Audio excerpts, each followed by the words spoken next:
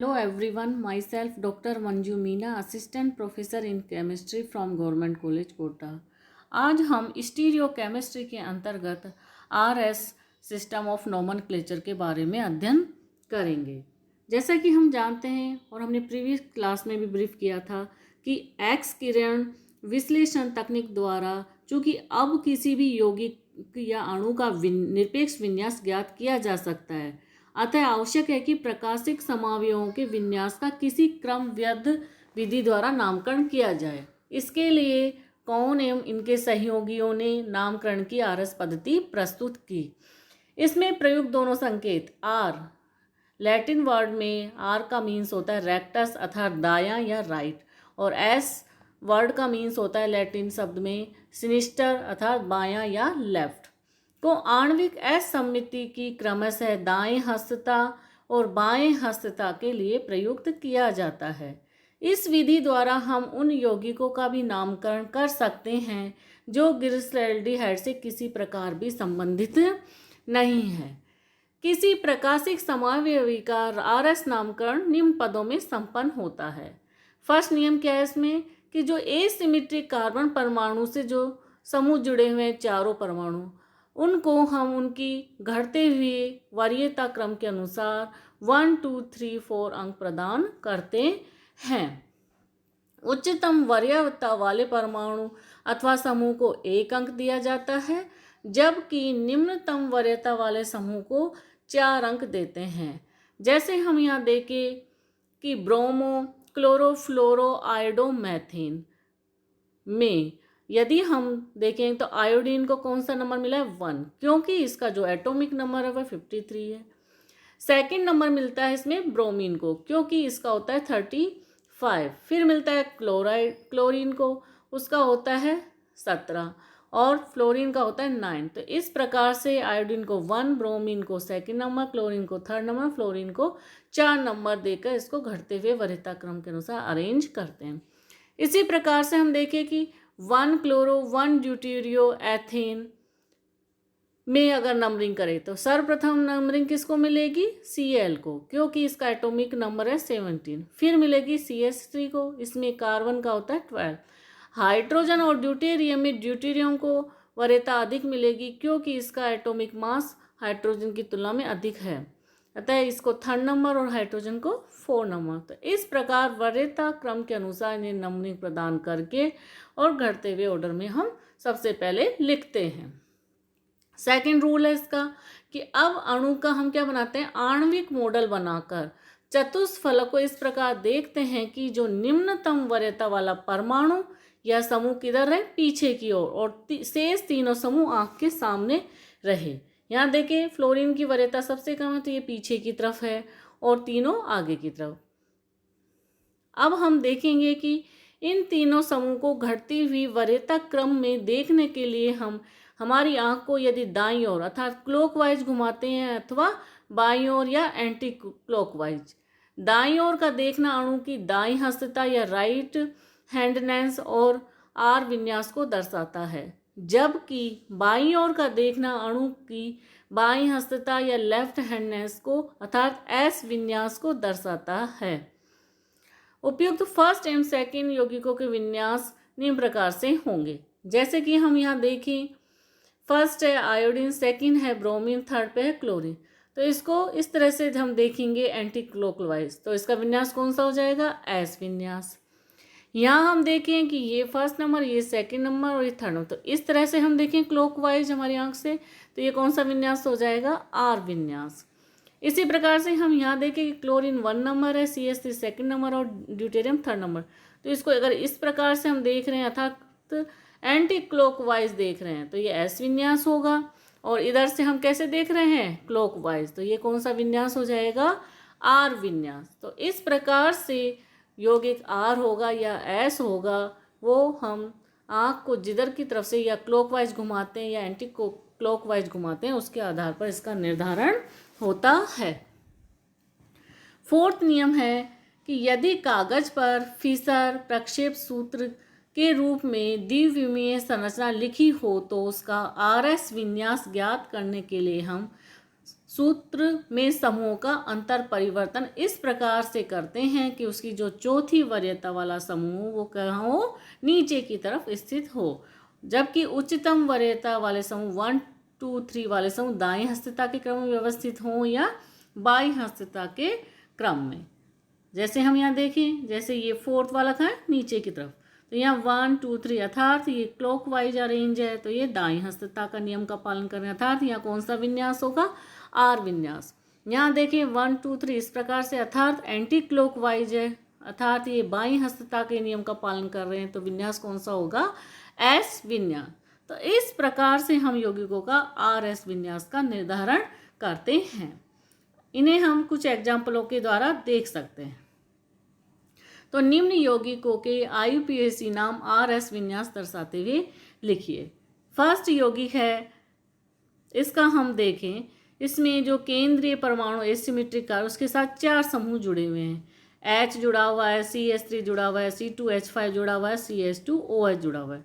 सर्वप्रथम इनको वरीयता के क्रम पे हम नंबरिंग करेंगे।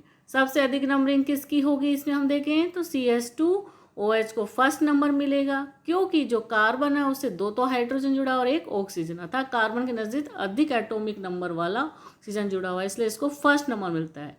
सेकंड नंबर मिलता है C2H5 को, क्योंकि इसमें कार्बन के नज़दीक दूसरा कार्बन जुड़ा हुआ है, तो इसको सेकंड नंबर मिलेगा। मैथिल को थर्ड मिलेगा, क्योंकि इसमें कार्बन के नज़दीक हाइड्रोजन जुड़ा हुआ है, और हाइड्रोजन को फोर्थ नंबर मिलता है। तो इस प्रकार CH2OH, C2H5, CH3H अरेंज करते हैं। अब इसमें क्या करेंगे, 2 इंटर कन्वर्जन, फर्स्ट ये फर्स्ट और थर्ड के मध्य और इधर फोर्थ और 2 के मध्य, तो ये 2 वाला यहाँ आ जाएगा और फोर्थ यहाँ जाएगा, और इधर मैथिल ऊपर चल जाएगा, CH2OH नीचे आ जाएगा।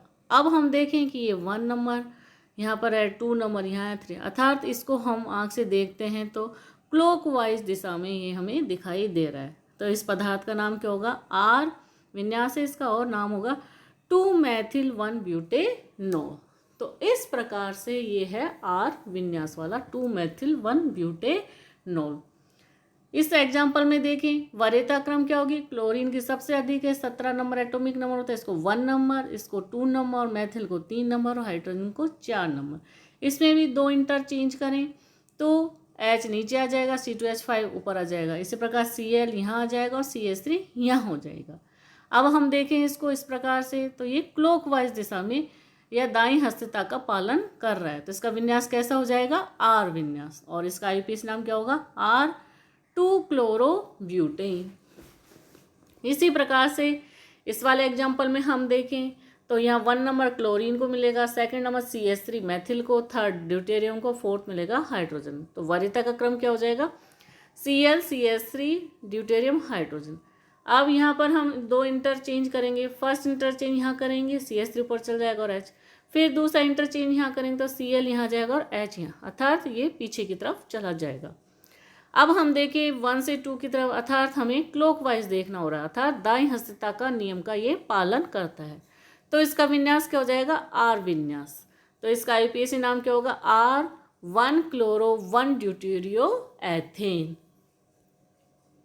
फिफ्थ नियम है कि यदि अणु में 2 या अधिक असममित कार्बन परमाणु हो तो प्रत्येक कार्बन के लिए उपयुक्त विधि द्वारा विन्यास ज्ञात करके क्रमवार सबका उल्लेख करते हैं।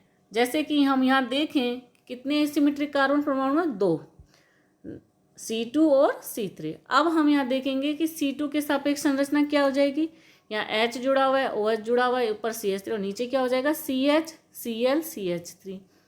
अब इसमें वरीयता, चारों समूह की वरीयता किस प्रकार से हो जाएगी, फर्स्ट नंबर किसको मिलेगा, ऑक्सीजन वाले को, क्योंकि यहाँ एटॉमिक नंबर 8 है, जबकि यहाँ ओरो पे ये 6 और यहाँ 1, तो OH सबसे अधिक, सेकंड पे CH, Cl, CH3 होगा, थर्ड पे CH3 और फोर्थ पे हाइड्रोजन। अब क्या करेंगे हम, इंटर कन्वर्जन, 2 यहाँ हाइड्रोजन और इधर CH, Cl, CH3 के मध्य करेंगे और इधर CH3 OH के मध्य करते हैं, तो OH ऊपर चल जाएगा, CH3 नीचे आ जाएगा, यहाँ हाइड्रोजन वाला नीचे आ जाएगा और ये वाला ग्रुप ऊपर चले जाएगा। अब हम देखें कि ये 1 नंबर है, ये 2 नंबर, 3 नंबर, तो हमको देखने के लिए बाएं तरफ अर्थात एंटी क्लॉकवाइज देखना पड़ रहा है, अर्थात ये बाएं हस्तता के नियम का पालन करता है, अतः इसका कौन सा विन्यास हो जाएगा, 2 नंबर वाले कार्बन का 2s विन्यास। इसी प्रकार से हम C3 के सापेक्ष से देखें तो यहाँ ये हो जाएगी संरचना HCl और CHOS। अब इसके नंबरिंग करें तो फर्स्ट नंबर तो क्लोरीन को ही मिलेगा, सेकंड नंबर मिलेगा CHOS को, थर्ड मिलेगा मेथिल को, फोर्थ मिलेगा हाइड्रोजन को। अब यहाँ हम क्या करेंगे, 2 इंटर कन्वर्जन, CH3H के मध्य और उधर ClCHOS के मध्य। H नीचे की तरफ आ जाएगा और CH3 यहाँ लेफ्ट साइड आ जाएगा। इसी प्रकार से यहाँ Cl ऊपर आ जाएगा और CHOS इधर आ जाएगा। अब हम देखें कि ये 1 नंबर है, यहाँ 2 नंबर है, यहाँ 3 नंबर, अर्थात इसको देखने के लिए क्लॉकवाइज डायरेक्शन में आँख को घुमाना पड़ रहा है, अर्थात ये दाएं हस्तता का पालन कर रहा है। और इसका विन्यास क्या हो जाएगा, R। कौन से नंबर के कार्बन का, 3 का, तो कौन सा विन्यास होगा, 3 पर R विन्यास। अतः यौगिक का क्या नाम हो जाएगा, 2s 3r 3 क्लोरो 2 ब्यूटेनॉल। तो इस प्रकार से हम एक से अधिक अर्थात कार्बन परमाणु जो एसिमेट्रिक है उनका विन्यास ज्ञात करते हैं। अब नेक्स्ट देखेंगे ज्यामितीय समावयवता क्या होती है, जियोमेट्रिकल आइसोमेरिज।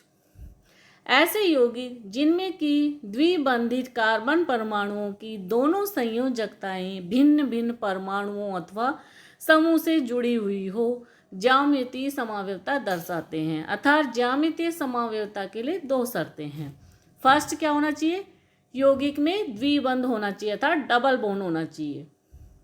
जब यौगिक में डबल बॉन्ड आ जाता है तो उसका अक्ष पर घूर्णन संभव नहीं होता। एकल बंध वाले यौगिकों में मुक्त घूर्णन अर्थात फ्री रोटेशन के कारण एक संरूपण आसानी से दूसरे संरूपण में चेंज हो जाता है, किंतु यदि द्विबंध आ जाए तो मुक्त घूर्णन संभव नहीं होता है, जिसे कि हम प्रतिबंधित घूर्णन या रेस्ट्रिक्टेड रोटेशन कहते हैं। प्रतिबंधित घूर्णन को हम तख्ता कील मॉडल द्वारा आसानी से समझ सकते हैं।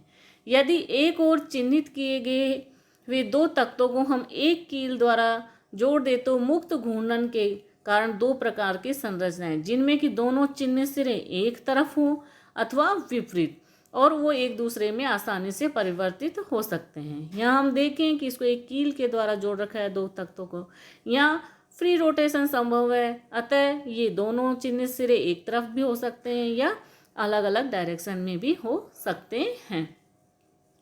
किंतु यदि हम अब ऐसे तख्तों को 2 कीलों के द्वारा जोड़ दें तो घूर्णन पर क्या लग जाएगा, प्रतिबंध लग जाएगा।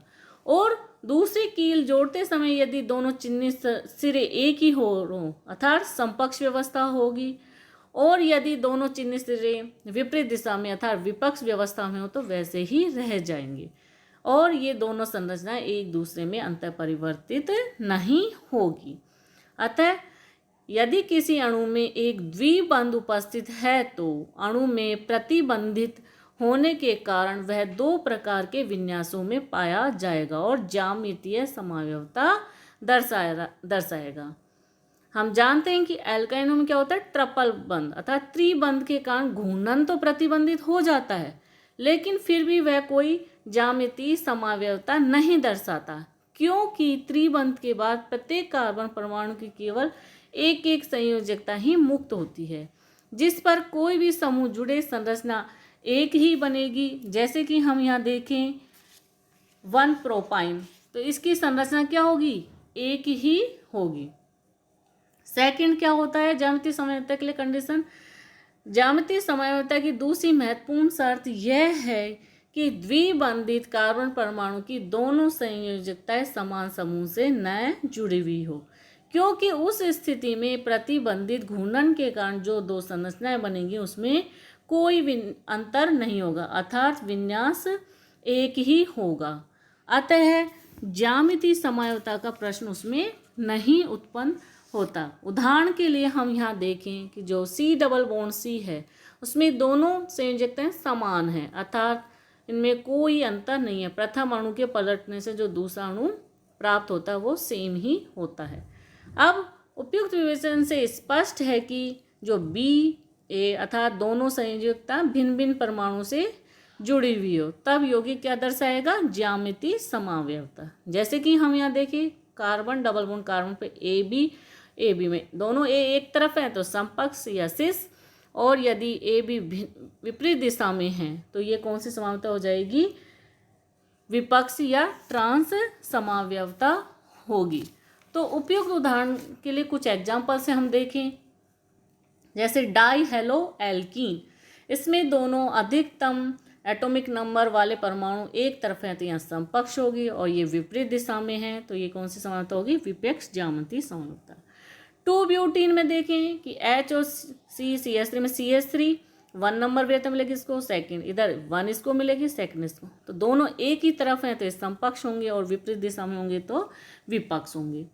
इसी प्रकार से हम देखें ब्यूटीन डाइओइक अम्ल, जिसमें कि कार्बन डबल बॉन्ड कार्बन से जुड़े हुए प्रतिस्थापित समूह दोनों एक ही तरफ उच्चतम वरीयता वाले मैलाइक अम्ल में, जो कि समपक्ष दर्शाएगा, जबकि फ्यूमेरिक अम्ल में दोनों विपरीत दिशा में हैं अधिकतम वरीयता वाले समूह, तो ये कौन सी समावयवता दर्शाएंगे, विपक्ष। इसी प्रकार से हम देखें 2 ब्यूटेनोइक अम्ल, जिसमें कि CH3 अधिकतम वरीयता वाला और यहाँ COH अधिकतम वरीयता वाला समूह है, अर्थात ये दोनों एक ही तरफ हैं तो समपक्ष हैं, और ये जब विपरीत दिशा में होंगे तो विपक्ष, अर्थात आइसोक्रोटोनिक अम्ल समपक्ष है जबकि क्रोटोनिक अम्ल विपक्ष समावयवता दर्शाता है।